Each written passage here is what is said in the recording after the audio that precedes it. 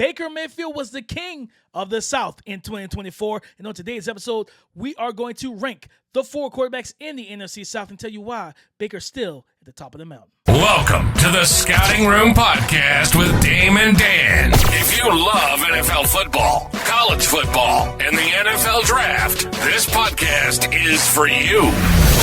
Touchdown! Dame and Dan will provide real analysis featuring analytics and film to back up their takes. Please sit down, grab your drink, and let's scout.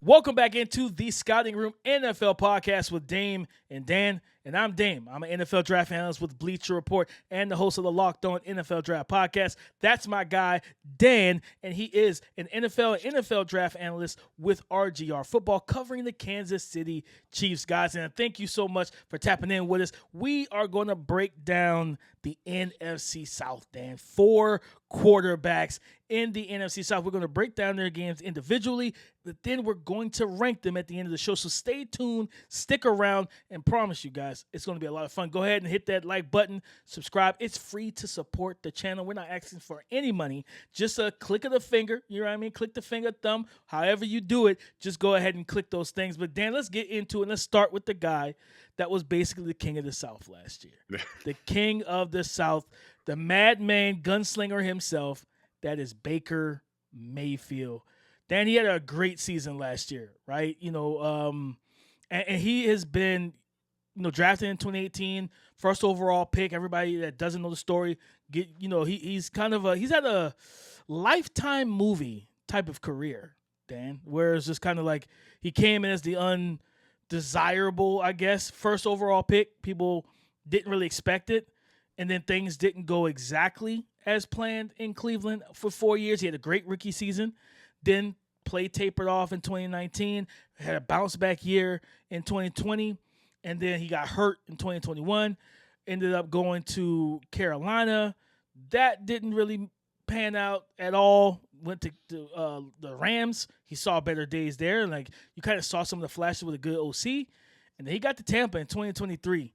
Back-to-back years, over 4,000 yards passing and over 28 touchdowns. In 2024, he completed almost 71.5% of his passes, 41 passing touchdowns, 16 interceptions, 4,500 yards through the air.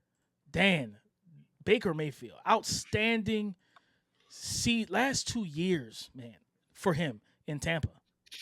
When you find quarterbacks that get their confidence back, that's one of the like those, with Thanos and the gems, right? He puts it in there and it's like, all right, I got this now, right? It's like, it feels like he's able to access everything that he was doing in college. And that's the thing. Baker Mayfield was always known to be, I'm going to talk my ish and I'm going to back it up on the field in college. And that's what he did. He got to the NFL. I mean, he wasn't awful in his first couple of seasons with Cleveland. He had some ups, some downs, but it was never it's Cleveland. No offense, guys, but there's never been a real consistent trek in Cleveland right now, specifically with quarterback play. And right now they're kicking themselves. And they are kicking themselves because Liam Cohen, Dave Canales, the last 2 years have done a really great job of just facilitating the offense. We're going to run the football. We're going to get a pretty good offensive line, and we are going to throw the football down. Now, you also have Mike Evans. You got Chris Godwin. They just drafted, Ibuka this past year, McMillan the year before. They have a lot of young weapons. And honestly, Cade Otton is a very good player who has developed very well in this offense. We know that over the last 3 years now, he's going to have 3 different offensive coordinators. Not usually the best situation for quarterbacks, specifically more young quarterbacks. We see that become a problem for guys like, Bryce, which we'll get to here in a little bit. But when you're constantly, Caleb Williams, constantly changing offensive coordinators becomes a problem. But later in his career, Baker has total command of the offense. Total command of the offense. This is one of the most fun parts about watching him is that he can play in shotgun. He can play under center. In pistol, he sees the defense as well. He does a really nice job of just executing the play, but also understanding, all right, this defense shows me here, I can start to attack. We know he's willing to take those chances down the field. He can get out of the pocket and make things happen. He has the arm talent to be able to be accurate at all levels of the field. But really, the guy that is now playing for the Tampa Bay Buccaneers is one of the most confident quarterbacks, I think, in the NFL. Man. And you see that. You see it on tape. You see it with the way he carries himself. He's kind of out of the spotlight right now. He's not doing the progressive commercials. He's just being himself, right? And I honestly, I really appreciate watching his tape. As much as like he does things you don't want any quarterback to do, he will get away with it from time to time. And we're going to talk about the good and the plus. You see right here, the turnover throws the turnover worthy plays that he makes, thinking he's more athletic than he actually is, taking sacks he doesn't have to. But that's who you live and you die with Baker Mayfield, right? Like that's what he's going to be. And I really do appreciate his game. No, 100%. Dan, that's the thing for me is like, he was always a physically gifted thrower of the football. Big arm. Again, I think that was the last year Matt Rule was in Carolina because I believe they fired Matt Rule midseason. They traded Baker Mayfield to the Rams and everything. I think that was right before they got Matthew Stafford and everything, if I remember correctly, or maybe they had Matthew. I can't remember. No, he still had Matthew. I think he was hurt. He was hurt. So he was hurt. They brought in Baker. Baker, I think his first game. Like only being there a couple of days for like just a cup of tea, cup of coffee, and he was out there slinging it. And you're like, what? Where was this in Carolina? It was like, well, Carolina's a mess, so like can't really blame him for it. But just to watch him, like at practice, the ball zipping from his arm. Him and Sam Darnold. It was him, Sam Darnold, Matt Corral. And the one thing I remember walking out of practice, I'm like, Matt Corral has no business amongst these two dudes, right? I was like. He looked like a fish out of water. He was trying to tread water, and fishes don't need to tread. Man, they just swim naturally. He was trying to tread water and everything, and I was just like watching Baker and Sam go throw for throw. I'll never forget. I can't remember the receiver's name, and this is how I knew Matt Rule was going to fail. Baker threw like a bomb, like a 50, 60-yard touchdown on a post route in stride. I was like, Jesus Christ. Then the receiver caught it, and he celebrated. Matt Rule cussed everybody out and made them do, like, gassers and everything. And I was just like, okay. Yeah, you're getting fired. Like, that was the last thing I needed to see. You're getting fired, bud. He got fired, like, midway through that season. And for Baker, like, we always knew the physical tools were there. But the things that he selling, like you said, full control of the offense, being able to come to the line of scrimmage, identify blitzers, identify moving pieces, check protection, do different things like that, communicate with his offensive line with protections and everything, but also getting in and out of bad plays, right? Like one thing that Peyton Manning and Tom Brady and Drew Brees were always great at, if they came out and they saw too high and they saw 7 men in the box, I know I'm supposed to take this bang 8. I'm checking to a run. For what? Like, we have a light front. Run it, right? So, but at the same time, Baker's willing to check in and out of the plays, and he shows the willingness to take chances, and he accesses the entire field, deep down the sideline, the middle of the field, the short to intermediate. He's a 3-level thrower, and you said accuracy in and out of the pocket. But again, like you said, the mobility stuff. Baker, you are not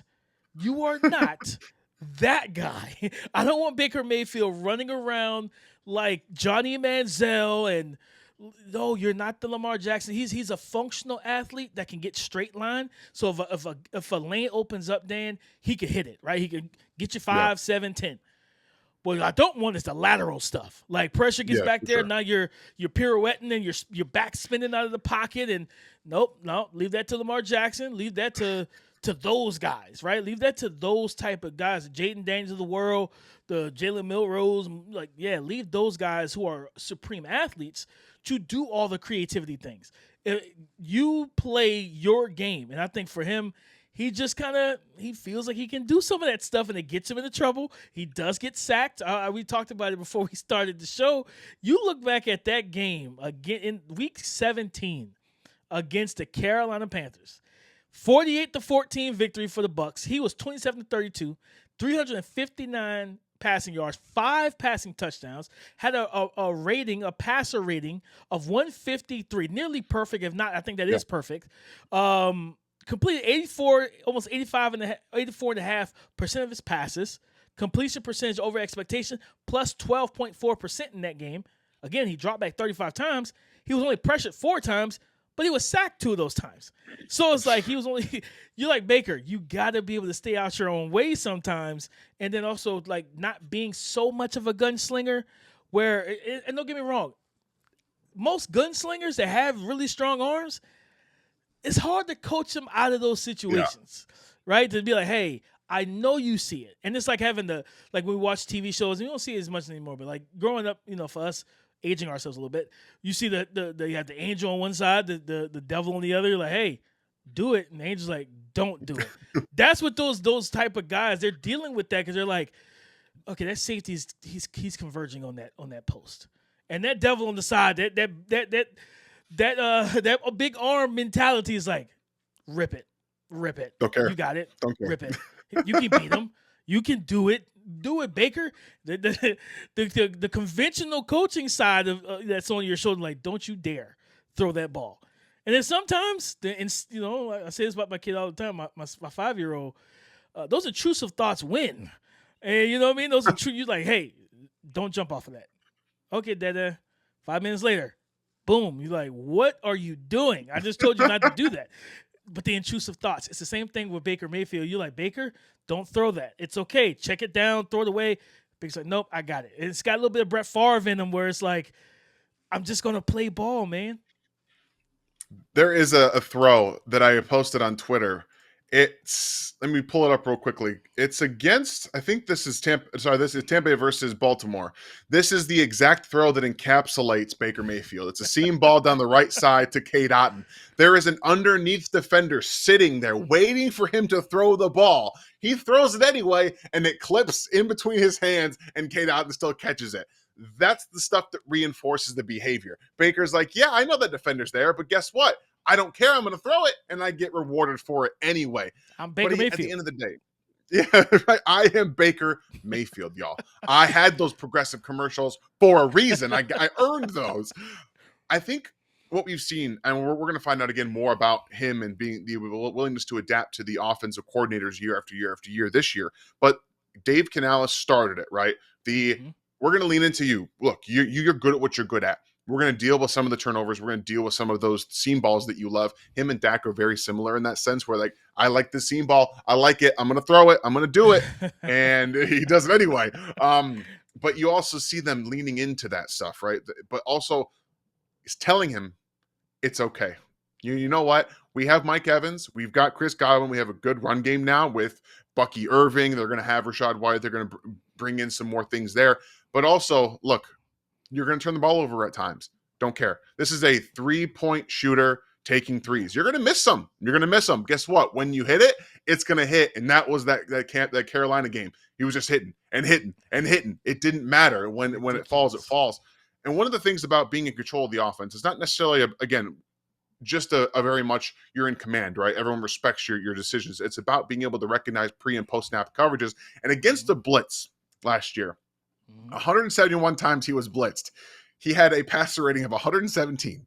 Yards per attempt went up to 8 from 7.8. So he's throwing the ball down the field even more against the blitz. And a completion percentage over 70%. 17-4 interception, touchdown to interception ratio. This is, again, a guy who consistently added EPA, expected points added, every time he was blitzed. And the time to throw went down to 2.54 seconds from 2.76. So, one, I know where the ball's got to go. I know where it has to go. When he's hot, he knows where the ball has to go. And it kind of forces him to not have to make guys miss, right? When he doesn't have to hold on to the ball as much, he wins from the pocket. And you see all of that come through. So he was very good against the blitz, not the blitz. But again, we know he's going to live with some of those interceptions. And that's where that command of the offense comes in. And being able to identify, okay, fine, we're going to have some rotational safeties here. Yeah, I could throw the seam ball. I could do that. You do see it at times where it leaks in, but it's fun. It's so much fun to watch this version of Baker Mayfield. It's the one that the Cleveland Browns thought they were drafting. Unfortunately, they were unable to really access that player. And good for Baker. Good for him for come out on the other side of this, through the Cleveland Browns, through the Panthers, and to the Rams, now to Tampa Bay, where we see Jason Light and Todd Bowles get extended. We'll see about Todd Bowles. I'm not here to reinforce Todd Bowles being the end-all be-all at head coach. Yeah. But at the end of the day, Baker Mayfield is helping him. We know Jason Light's done a great job of building the offensive line, Defense needs to get a little bit better this year, but they do need to overall get better, and they've done a really great job of consistently providing the offense to keep up and just be at the top of this NFC South. No, Baker Mayfield has, I think, in Cleveland. Remember, they went and got Odell Beckham. You have Jarvis Landry. Yep. Like they had pieces to where, and they went out and got guys, and the pressure, like we talked about earlier, like he's confident. If that year when they had Jarvis and Odell and all those weapons, if they had this version of Baker, I truly believe they probably win the Super Bowl. And I remember they made it to the playoffs with Baker, if I remember correctly. They did. And it was Chad Henne, like came in when Mahomes he had to hold off. Yeah, he had to hold him off. Yeah, and it's like if not for that, they win that game, and Baker Mayfield's career might have lasted longer in Cleveland. You know what I mean? Like it's just the confidence is such a big thing, guys. Like it's such a big thing for quarterbacks. But let's transition here to another NFC South quarterback, a guy that you talk about confidence. Let's talk about Bryce Young with those Carolina Panthers, a young man that got benched after 2 starts last year. Dan, he struggled early in that season, but he ended up bouncing back. Right, he on the season last year, he completed 61% of his passes. He threw for 2,400 passing yards, 15 passing touchdowns, 9 interceptions on the season. He was sacked 29 times, far less than the 62 in 2023. Yeah. And you talk about just resolve, mental fortitude, mental resolve, and this was always a strength for Bryce. Bryce was always a guy that was mentally tough, and he believes in himself so much. So I believe he took that benching personal, and not to be like disrespected, but that players typically say, they take anything as motivation, anything you need. Like, you know what I mean? Tom Brady would be like, oh, you didn't think I was going to throw for 300 today? Disrespectful. It was just like, well, yeah, I mean, you're going against the number 1 defense in the league. Why would I think you're going to throw for 350? Well, I threw for 412. I'm like, okay, you took those comments and you use it as fuel. That's what the greats do. So I think Bryce Young is mentally tough enough in that regard, right? And then, like I said, Dalton didn't play well. I think here's the thing: if Dalton played well, I don't think Bryce I don't think Bryce would have gotten the job back. Dalton's play tapered off after a game or two, and they were like, yep. Now it's time to go ahead and bring the young guy back in. And we saw that with Bryce. And this is a guy, you talk about with Baker Mayfield. Bryce Young, Dan, we look at the scouting report that we have on Bryce here. One of the first things that we texted about this, he's a blitz burner. Like, this dude burns the blitz very well. If he sees it, oh, you're God. That's just what it is. Against the blitz last year, he had 133 attempts. He completed 79 passes. Roughly about almost 60%, right? Against the blitz, 5 passing touchdowns, only 1 interception. He was pressured 74 times. So it's crazy because against the blitz, he saw more pressure. Well, he saw a higher pressure percentage than when he didn't face the blitz. 47.4% of his dropbacks against the blitz, he was pressured. 74 pressures, only 14 sacks. Time to throw dropped from 2.85 to 2.69. And he's good against the blitz. And his completion percentage over expectation plus 2.7% against the blitz. He sees it well. He's an anticipatory thrower, high football IQ. This is a young man that plays with the right mindset pre and post snap, to where if you're in what he thinks you're in, he's going to beat you. That's where he really lives at, is playing the game from the neck up and everything, Dan. And I think looking at Bryce, like, I think you posted a clip to Twitter, right? He had a free runner. He sidearms it right past him to I think it may have been mesh concept, or to a crosser, right? Got it in the middle of the field, got it to his guy. And he does that. He sees, because I'm going to tell you what it is, though, because it's like a gift and curse, because we've talked about his footwork before. Yeah. He has like that kind of delayed, like, straight drop back. So it's like you will see him, and and essentially what it is his read steps. So those first 2 steps in his drop back, he's not like, you see most quarterbacks at snap, and they're into their drop. He's kind of like almost backpedaling like a corner, but it's slow, it's deliberate, and again, it's a blessing and a curse because it allows him to read, okay, I see that, okay, you sent both your linebackers, great. Now he knows to get his feet prepared, and now he's getting the ball out, and he's replacing them with the football, right? And everything like that. Now, that footwork gets you in trouble when, okay, we don't blitz you, it's true drop back sets, and it's just a four-man rush, and you got to get the ball out because we have more guys in coverage. He does a great job of being a point guard. And you know, watching our guy, Cade Cunningham. Once Cade started getting used to being blitzed defensively this year, okay, he starts seeing the blitz coming before it got there. So he said, okay, that guy's flying from the corner. Here you go, Tobias. And he gets it out of his hand quick. It's the same thing that Bryce does as a point guard of this offense. When he sees those defenders engaging the line of scrimmage, I got you. And he replaces you with the football. He does a great job of that, Dan. But at the same time, let's go back to the graphic. Let's talk about some of the things that he needs to improve on. Downfield accuracy. Dan, that's the one thing, and me and you have we looked at the numbers together, stuff like that.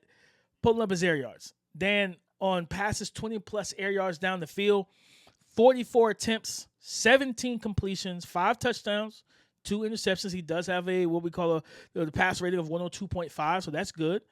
His completion percentage is 38.5%, right? And he's not sacked on those throws. He saw 18 pressures on 40, so 41% of his dropbacks on deep throws. Per NFL Pro, so he was pressured. But he's got to get better at completing the deep ball. He's got to get better at completing the deep ball, Dan. Because if not, you're going to play yourself into a box, and that's kind of what defenses want you to be at anyway. Yeah, and actually, if you guys go back to a year ago, Davey and I did a whole show about scouting lessons, about learning from the scouting lessons, right? We talked about Bryce Young and how, he was my QB1 coming out. And when we talk about the physical limitations, okay, and I want to take out of context everything that was Carolina 2 years ago, because it was bad. Yeah. It was awful. It was no good.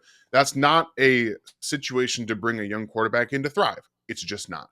And so I'm kind of treating the moment after he got benched as his rookie year, like what we got to see last year after he came back to being a starter, his rookie season. And Dave Canales, again, we know that they schemed up a lot for him, but also when you have a trusted player in Adam Thielen, when you get a connection and start to gain some confidence, it helps everything. It helps everything.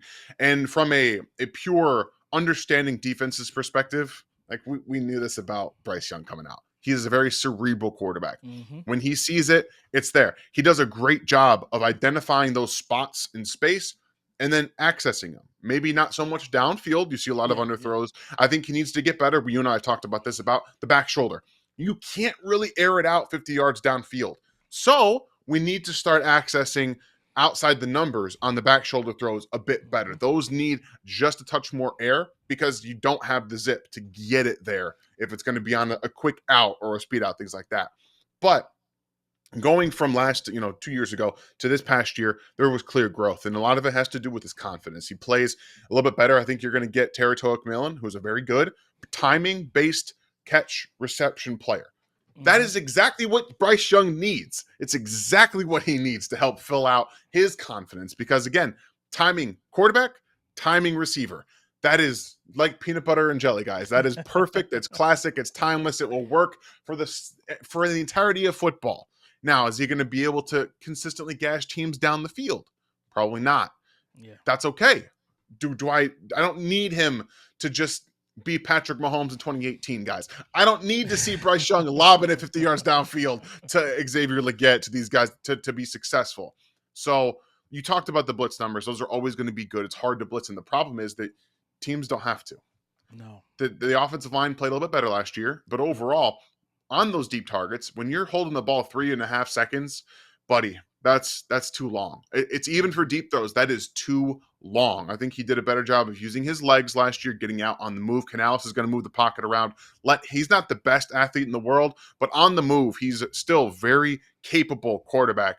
Ball placement and accuracy are going to be his best friends in those situations. And also making guys miss in structure and out of structure. I think he does a pretty good job, even though he's not the greatest athlete in the world against NFL guys. So you saw some of that start to flash on tape last year as well. But overall, what we are hoping for this next year, again, you're going to add McMillan. You hopefully get a better year from Xavier Legette confidence-wise. We know he had the injury, but he's the speed guy that's going to help space out McMillan and Adam Thielen. You add Jalen Coker to that. All of it kind of starts to make sense from a standpoint. You also need the offensive line just to be a little bit better. So I know we talked about how when you have that confidence with Baker Mayfield, it doesn't matter. You're going to live and die with it. But Bryce needs a little bit more from the offense itself to be successful because of the physical limitations. So I think we talked about last year about being kind of out on him. We wanted to see how it was going to go with Dave Canales. Mm-hmm. Obviously, we knew that was going to change some things. I'm very confident that their offense is going to be above average to good. I think that I'm pretty confident saying that.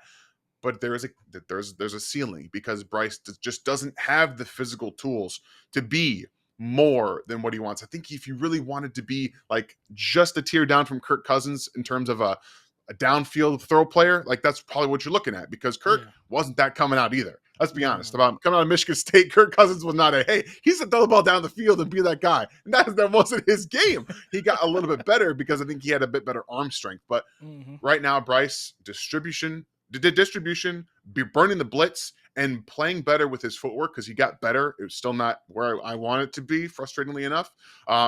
All those things can really come into play for him going into this next season. And if you get to that point, he's going to be just a good NFL quarterback. Maybe not elite, but we'll start to see more improvement, I think, this year. Yeah, 100%. I think I'm more in on what he can be in this offense this year than compared to last year, right? And I think that was kind of the big thing for us. And for me, is just now you have to convert these things into wins. Because if you're not winning games or more games, like your team could get away with passing on the 2025 quarterback class in the NFL draft. Dan, this class is coming in that's projected to come in 2026. You cannot fool up and just say, you know what? We'll kick the can one more year down the road. Like he's entering that Justin Fields territory where now you got to be consistent.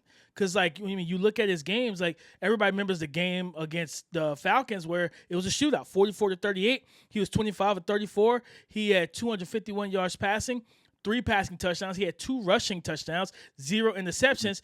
But Atlanta, it was on the road. He was sacked 0 times. Atlanta got to pressure them only 6 times in that game. Right? That's not a normal game like for most quarterbacks. Against the Bucs, where he lost 14-48, he was pressured 24 times. He was sacked 5 times.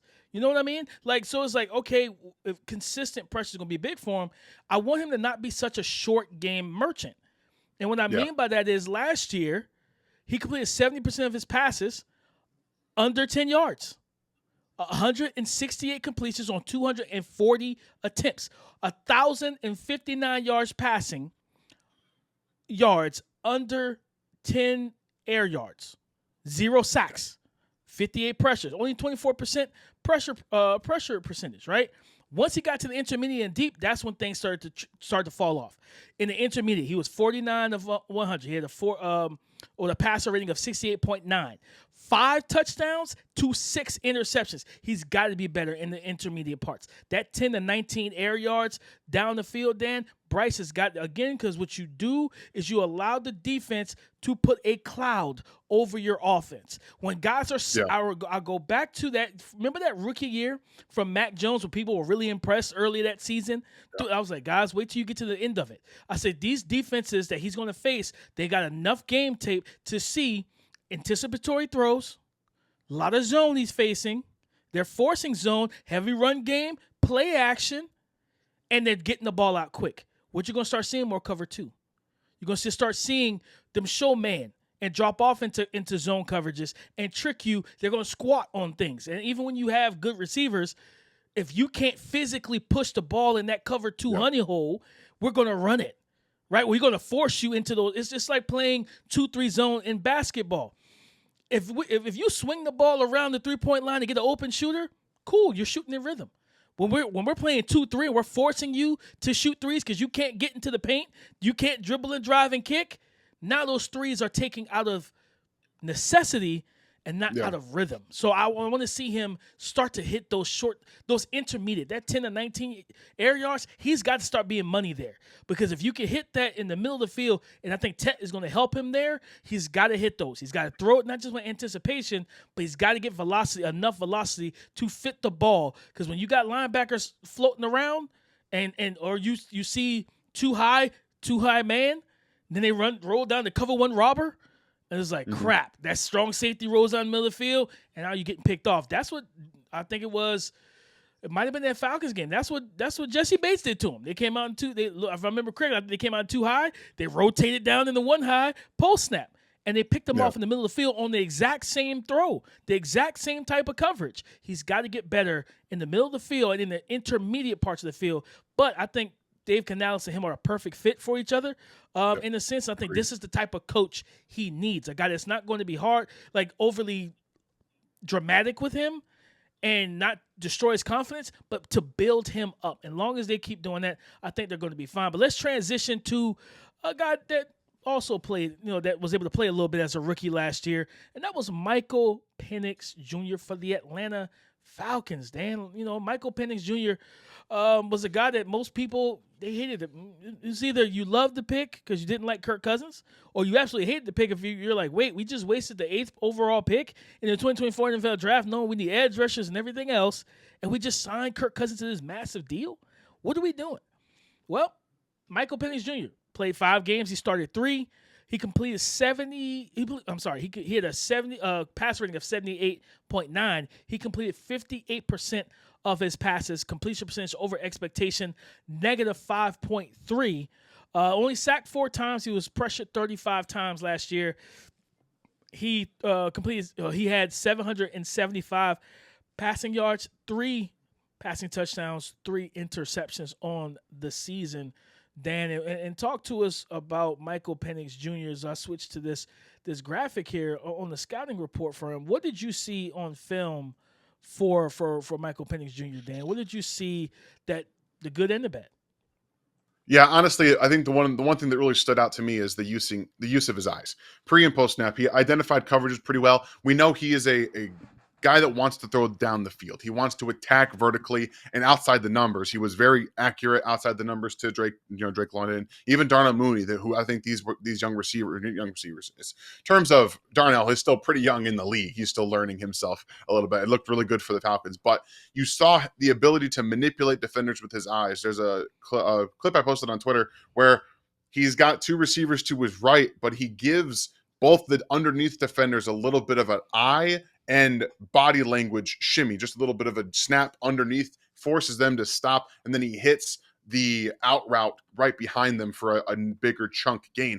And you see with the arm talent. I think I get really upset that the only other throw that I see on Twitter is just him hitting this really ridiculous hole shot on the left side. That was a little bit of a luck shot. Let's be very honest about that. We saw that he probably shouldn't have thrown it. That's a little bit what we talked about with Baker Mayfield. When you have the confidence in the arm strength to make that throw, it's fine.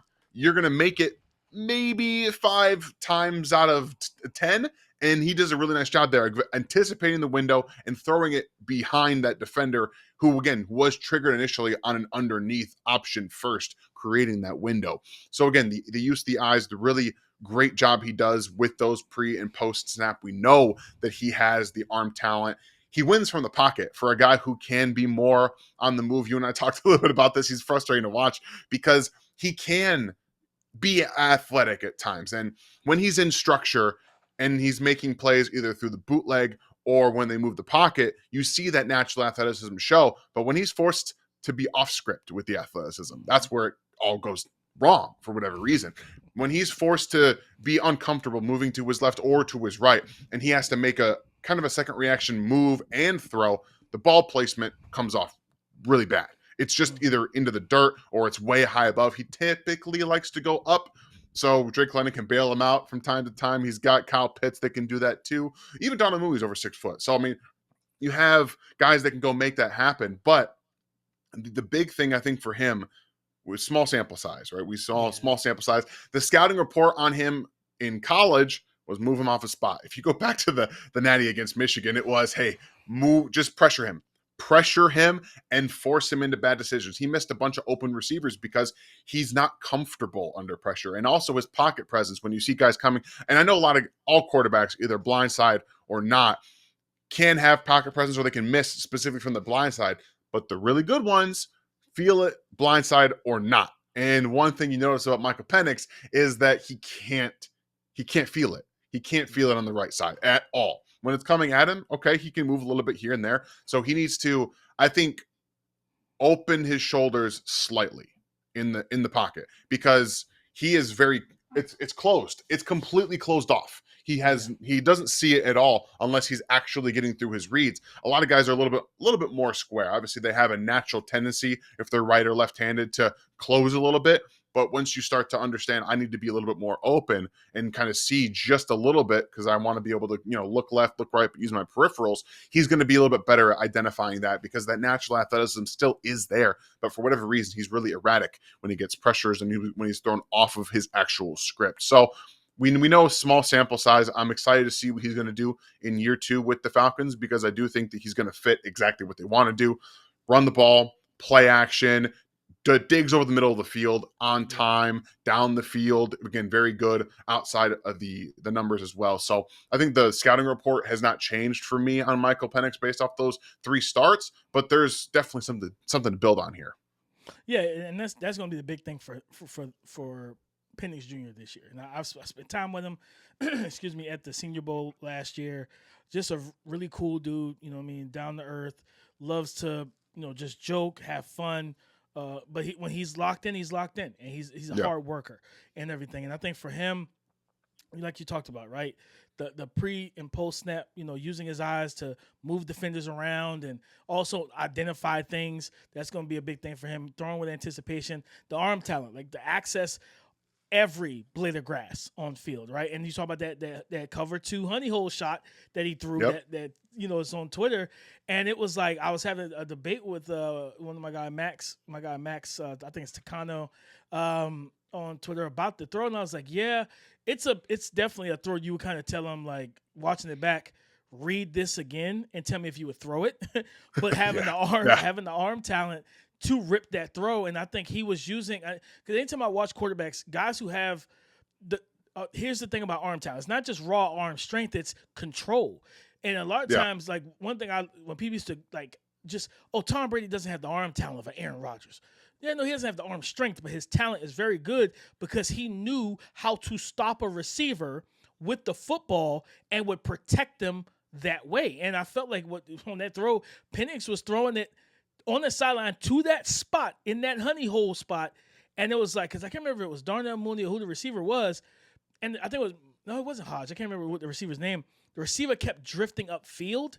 And I was like, if you just sit, you catch it and you just dip out of bounds, right? And it doesn't look as bad or as crazy of a decision in a sense because they were running that cover 2. They were passing things off and it was there, but it was just like, yeah, he probably wouldn't take that throw 15 times if you gave it to him.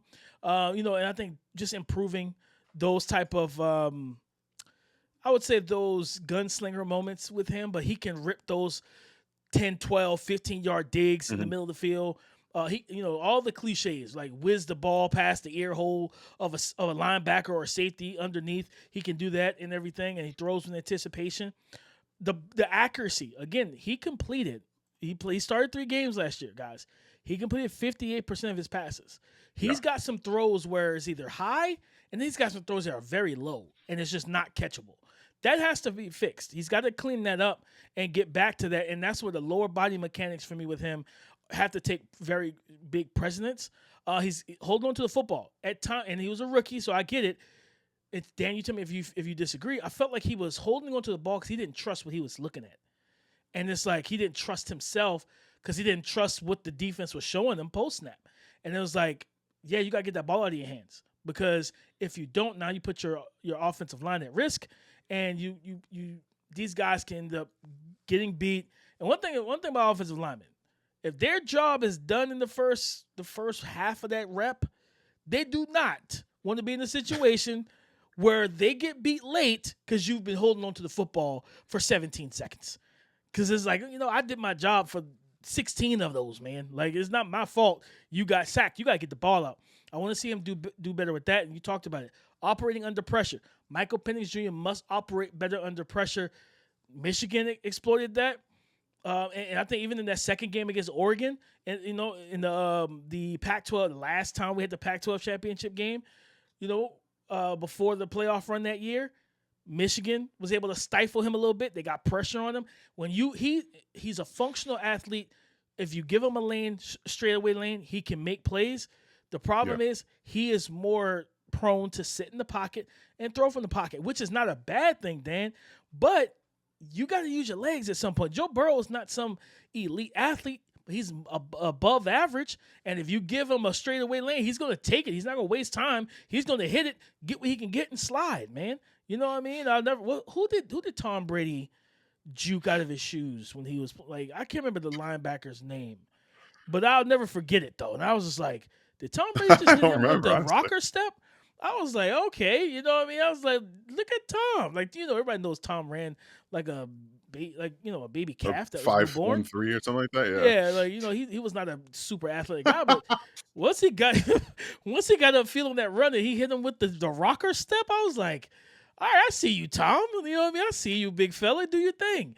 Don't do this too often, though. We don't want you getting hurt. Don't do this too often. But he did it, right? So I think when Michael Penix embraced that, like, it's crazy because we talk about Baker. Baker, I would say that Penix is a better athlete than Baker, but Baker treats himself like he's the better athlete than Penix. Like, Baker, you will want Baker living in the pocket. If you're flush to your side laterally or get upfield. Don't do a lot of the other stuff. And then get the ball out. You would want Michael Penix to use his legs. And I know he had a lot of injuries at Indiana and things like that. And I feel like that might play a part in it, Dan. But for me, I'm excited to see him with Drake London, Darnell Mooney, Kyle Pitts for now. I just did an article of it at Bleacher Report. Players they're entering make or break seasons. Kyle Pitts is one of them. They, you know what I mean, on last year of his deal, that 5th-year option, and his name has been thrown into trade rumors since after the draft, or maybe even before the draft, right? So we'll see if he's still on the team mid-season, how everything is going. But if he's still there, you got the talent there for Michael Penix to get settled early, and you got Bijan and Tyler Algier in the backfield.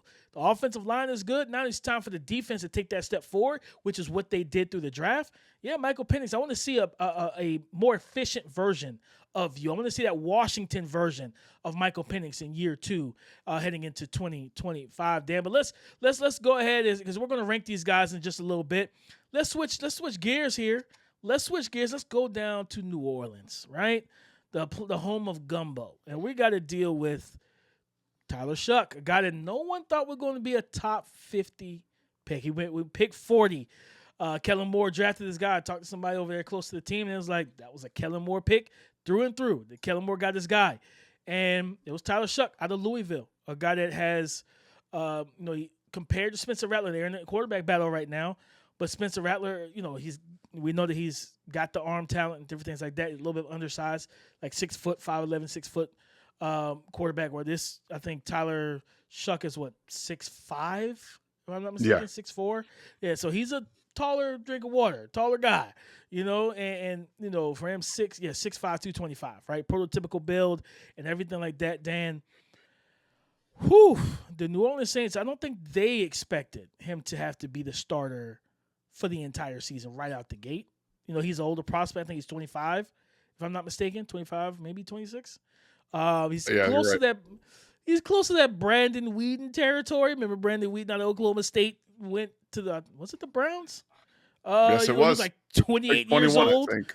He was 28 years old and everything. I'm like, Cleveland, what are we doing here? That's crazy. He's nearly 30. I'm not an ageist or anything. He was entering his prime, if you ask the Browns. He was entering his prime. And that prime lasted like a cup of coffee, and then he was out of the league. So I look at Tyler Shough, and for those who didn't scout him as a prospect, raw physical tools. I do appreciate his ability to work through his progressions. He gets from 1 to 2 to 3 in his progressions when he's given time. Eye manipulation in the pocket, Dan. This was a guy I had a 3rd round great on because of the injury history. 2 shoulder injuries, a broken fibula. He had missed like 3 years on basically IR in college football, and it's like, man, like that's tough. But when I look at Tyler Shough, I see the appeal physically, right? And he has some throws. He can layer the football as well. He can throw with touch.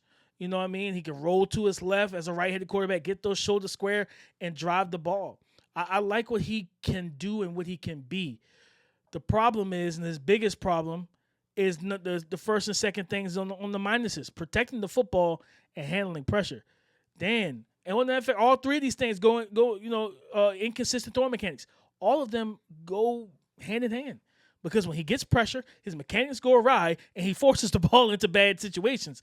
You gotta get better with just living to play another down. If you take a sack, take a sack. If you got to throw it out of bounds, throw it out of bounds. You can't throw it to the other team and it's a different color.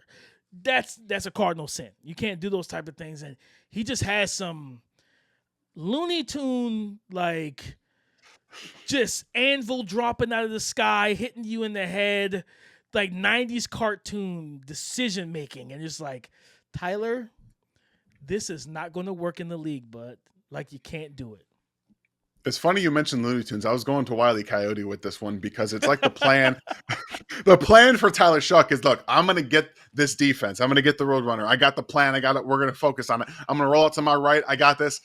Oh, it didn't go as planned, and the ball is now in the defense's hands, and the Roadrunner's running the other way, running away from you because he got you. So, like, that's how it feels at times with Tyler Shough, is that you love what you look at. And I'm not trying to compare him directly, but there's a lot of what you saw from Will Levis coming out in Tyler Shough with the physical tools. Yeah, they're awesome, right? You love what you see. He's got the arm. He's got the build. He's a tough guy. He's going to put his shoulder down and run you over if he gets open space.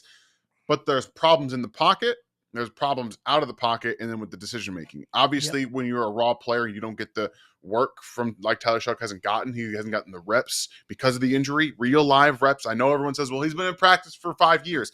Those aren't live reps. We're talking about real live reps. And unfortunately, Derek Carr has forced him into a situation where he doesn't get to learn from. I mean, it's not his fault, right? The injury, there's nothing he can do, but he walked away and he's done now. He's not going to be in the building.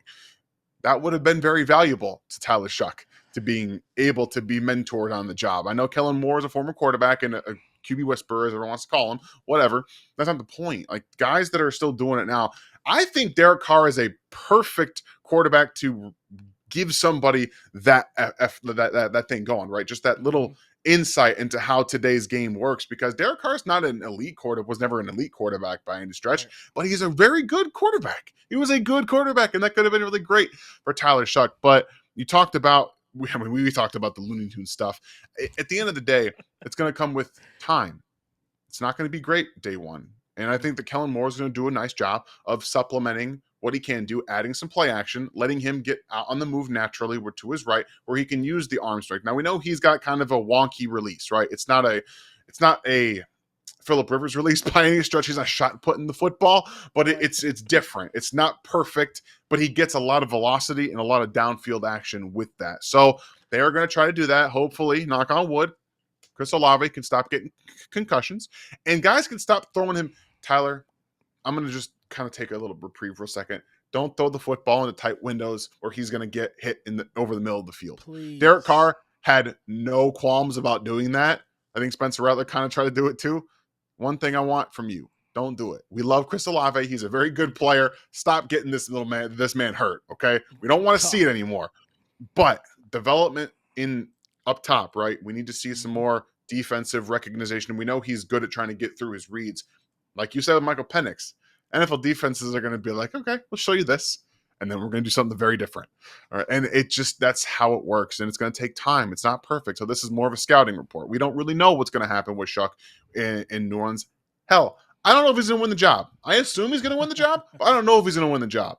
But we are treating it right now as he's going to be the starting quarterback for the New Orleans Saints. So you're going to see, hopefully, the offensive line can get better than it was the past couple of seasons, and just give him a foundation with the run game. We know Kamara's a very good check down option, and just get support for these young guys, because I think the tools are there. I'm more confident in Tyler Shough working out than I was Will Levis. I think, like you mentioned with the mechanic stuff, it's a little bit less reckless than it was with Will Levis. He's got better, I think, pocket presence and feel. He can kind of see it a little bit better. So I think I'm a little bit more optimistic. Yeah, I remember scouting Will Levis, and you know, anytime we put negative things in reports, I typically want players to overcome them and get better with it. One of the main things I wrote down with Will Levis, he played like he was a quarterback that operated the pocket like his feet were stuck in cement. He never wanted to move. He never wanted to navigate the pocket. He's a good athlete too. Never really used his athleticism at Kentucky. Outside of that first year, it was like 2022. I think it was 2021, 2022, whichever year that was. I think it was 2022. And it was like, and his first year. And it was like, okay, cool. After that, we never saw it really again. He got banged up. It was just all like arm rockets, nothing layered, nothing would touch. And it's just like, oh my God. So like for me, and then like he got stuck on one read all the time. And I'm like, this is tough, man. You know what I mean? And I look at the Tyler Shough. I say he gets to his progressions. He throws with touch and knows how to layer passes, and he will not navigate the pocket, and he will use his legs to get out of trouble if he has to. So again, the decision making is going to be key for him. And then also Kellen Moore's biggest thing, like that a coaching point with Tyler Shough is, or just from a coaching standpoint, keeping him even keel. No matter what's going on in that game, you could be down 10 to Bryce Young, down 10 to Baker Mayfield or Michael Penix in your division. You have to tell him, hey, go out here, operate the offense. If we got a punt, it's fine. We trust our defense to get us the ball back. Don't go out here playing hero ball. Don't go out here making those critical mistakes, because if we're down 10 or we're down 3 in the fourth quarter, you make that critical mistake, they go and score. Now we're down 10 with 3 minutes left, and this is not basketball. You okay? You can't go on a 10-0 run in 3 minutes. Like, it's very rare you could do that in the NFL. Like, being able to keep him even keel. I think physically he can get the job done. And when he's and the thing about it is he's not a polished, or he's not a completed player right now. Because of those injuries, there is some upside that you can reach with him, because he didn't play or practice because he was hurt for 3 years. You know what I mean? Like, he might have played 2 or 3 games in those years and then got hurt, right? The broken fibula on the hip drop tackle, the broken, broken clavicle, collarbone. Then right after that, he had another shoulder injury that took, I think, most of his season away. So I think there's some stuff that he can learn, and it just sucks, that you don't have Derek Carr. But maybe I'll say this. This would be, to me, the Saints would be a good destination for Kirk Cousins. You know what I mean? To go get Kirk, let Kirk start, and let him see what a pro quarterback looks like.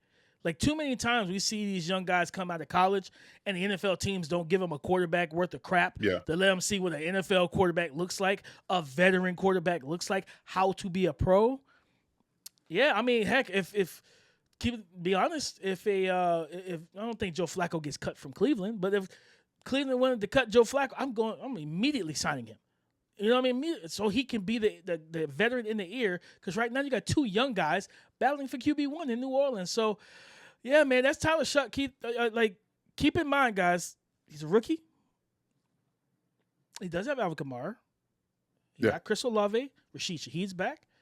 They drafted another running back, Devin Neal, out of Kansas. They went and got another. The offensive line should be solidified. Penix knocked down a guard. They got 2 new tackles, Kelvin Banks, and you got Talise Fuaka, who they drafted last year. He just needs to come in and just operate the offense. But Dan, let's go ahead and rank these quarterbacks. Now, this is what everybody's really been waiting on for those who stuck around. Number 1, Dan. Who else in the King of the South, right? Baker Mayfield. Yeah, Baker Mayfield, nonetheless. So number 1 is Baker Mayfield. Number 2, Carolina Panthers quarterback Bryce Young. Took steps forward last year after being benched. We want to see more from him in 2025. And number 3, Michael Penix Jr. Got it. He needs consistency, but he also just needs to play more games. He only played 5, only started 3. And then, of course, coming up from behind, bringing all the gear as the rookies do, right? All the helmets and shoulder pads. It is Tyler Shough from New Orleans. And who knows, Dan, we come back midseason, this ranking could look totally different. Yeah. It could be Bryce at number 1. It could be Baker at the end because he's having a terrible start to the season, whatever the case may be. I don't foresee Baker Mayfield falling off the face of the earth like that. But again, like anything can happen, right? Kevin Garnett said it. Anything is possible, right? So I think that's something that we keep track of. But then I think next episode we need to go to a different division, right? Like, that was the NFC South. Let's get into that NFC East. Those Eagles, those Cowboys. That's one of the. That's gonna be a fun one. It's gonna be a fun one. Quarterback wise, they're one of the best divisions in football, excluding the Giants. But we'll talk about that next week. We'll talk about that next week. But, guys, listen, hopefully you go ahead and subscribe. If you're listening to this on the audio side, leave a 5-star commented review on Apple Podcasts, on Spotify, wherever you listen to podcasts, because this podcast is everywhere that you get podcasts. Okay, so next week, like I said, NFC East quarterback rankings, guys. Come and tap in with your boys, Dame and Dan. This is the NFL Scouting Podcast with Dame and Dan. I'm Dame. That's Dan.